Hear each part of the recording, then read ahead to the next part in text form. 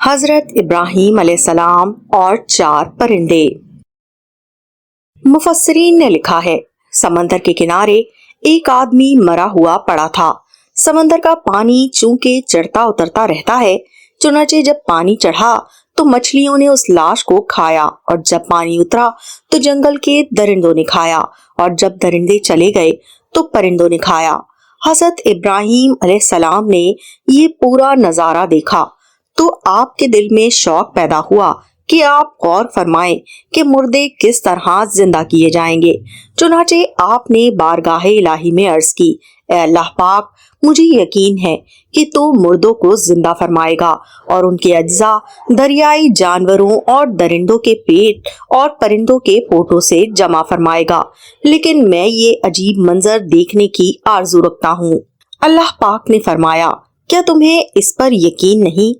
حضرت ابراہیم علیہ السلام نے عرض کی، کیوں نہیں، لیکن میں چاہتا ہوں کہ میرے دل کو قرار آئے کہ تو نے مجھے اپنا خلیل بنایا ہے اور میری دعا قبول فرمائے گا اور میرے سوال پر مجھے عطا فرمائے گا۔ سورہ بقرہ آیت نمبر 260۔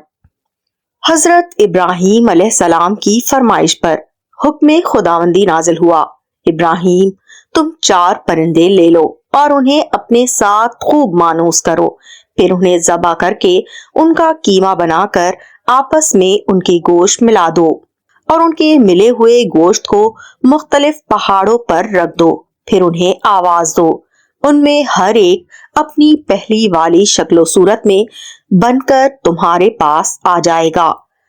چنانچہ حضرت ابراہیم علیہ السلام نے ایسا ہی کیا اور حکم خداوندی پر عمل کرتے ہوئے حضرت ابراہیم علیہ السلام نے 4 پرندے لیے۔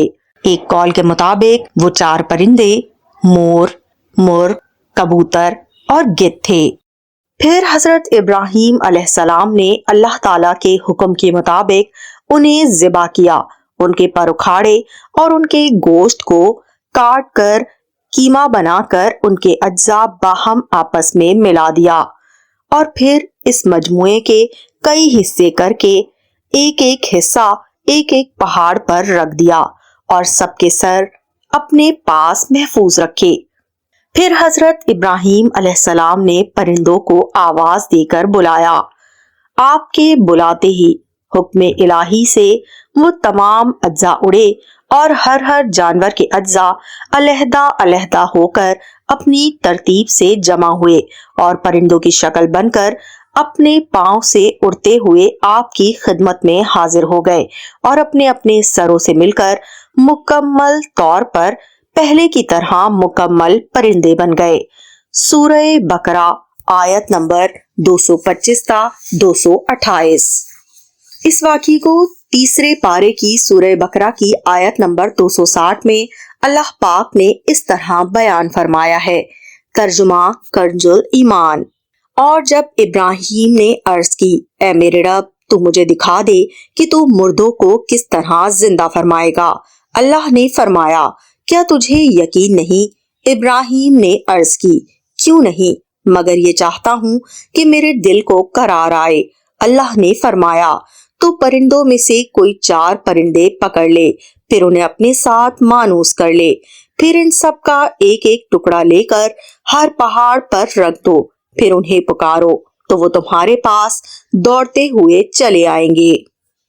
پیارے ناظرین، حضرت ابراہیم کے اس واقعے میں ہمارے لیے بہت سارے اسباق ہیں، جس میں سب سے پہلا اور سب سے اہم سبق یہ ہے کہ ہمیں یہ بات یاد رکھنی چاہیے کہ ہمارا خالق اللہ رب العزت ہے، اور جس نے ہمیں ایک بار زندہ کیا وہ اس بات پر بھی خوب قادر ہے کہ ہمیں دوبارہ زندہ کرے، جبکہ ہماری ہڈیاں گل سڑ چکی ہوں، چاہے ہمارے گوشت سلامت ہوں یا نہ ہو۔ وہ رب ہمارا خالق ہے اور اس بات پر خوب قادر ہے کہ ہمیں دوبارہ پہلے کی طرح اٹھ کھڑا کرے۔ لہٰذا قیامت پر ہمارا ایمان مزید مضبوط ہو جانا چاہیے اور ہمیں اس بات پر یقین ہونا چاہیے کہ وہ اللہ رب العزت ہمیں ہماری موت کے بعد قیامت کے دن کھڑا کرے گا اور ہم اللہ کے حضور پیش کیے جائیں گے۔ بے شک، اور میری اللہ سے دعا ہے کہ اللہ مجھے اور آپ کو اس دن کی تیاری کی توفیق عطا فرمائے۔ حضرت ابراہیم کے اس واقعے میں ایک اور سبق بھی شامل ہے۔ مفسرین کہتے ہیں کہ حضرت ابراہیم علیہ السلام نے جن 4 پرندوں کو ذبح کیا ان میں سے ہر پرندہ ایک بری خصلت میں مشہور ہے۔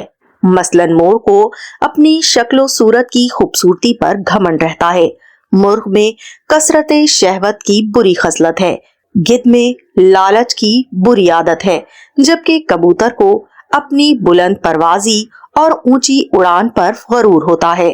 ان 4 پرندوں کو ذبح کرنے سے چاروں خصلتوں کو ذبح کرنے کی طرف اشارہ ہے کہ جب چاروں پرندے ذبح کیے گئے تو حضرت ابراہیم علیہ السلام کو مردوں کے زندہ ہونے کا منظر نظر آیا اور ان کے دل میں نور اطمینان کی تجلی ہوئی، جس کی بدولت انہیں نفس مطمئنہ کی دولت مل گئی۔ تو جو یہ چاہتا ہے کہ اس کا دل زندہ ہو جائے اور اس کو نفس مطمئنہ کی دولت نصیب ہو جائے، اسے چاہیے کہ وہ مرغ کو ذبح کرے، یعنی اپنی شہوت پر چھری پھیر دے۔ مور کو ذبح کرے یعنی اپنی شکل و صورت اور لباس کے گھمنڈ کو ذبح کر دے۔ گدھ کو ذبح کرے یعنی لالچ کا گلا کاٹ دے، اور کبوتر کو ذبح کرے یعنی اپنی بلند پروازی اور اونچے مرتبے کے غرور پر چھری چلا دے۔ اگر کوئی ان چاروں بری خصلتوں کو ذبح کر ڈالے گا تو انشاءاللہ تعالی وہ اپنے دل کے زندہ ہونے کا منظر اپنی آنکھوں سے ضرور دیکھے گا اور اس کو نفس مطمئنہ کی سرفرازی کا شرف حاصل ہوگا۔ میری اللہ پاک سے دعا ہے کہ اللہ رب العزت مجھے اور آپ کو یہ ایمان عطا فرمائے اور ہم سب کو نفس مطمئنہ حاصل ہو اور ہم سب اللہ کے محبوب بندوں میں شامل ہو جائیں۔ آمین ثم آمین۔ کمنٹ میں آمین ضرور لکھیے گا، اور اگر آپ کو میری یہ ویڈیو پسند آئی تو اسے لائک کیجیے اور شیئر کیجیے، کیونکہ آپ جانتے ہیں اچھی بات پھیلانا صدقہ ہے۔ ملتے ہیں اگلی ویڈیو میں، تب تک اپنا بہت خیال رکھیے گا۔ اللہ نگہبان۔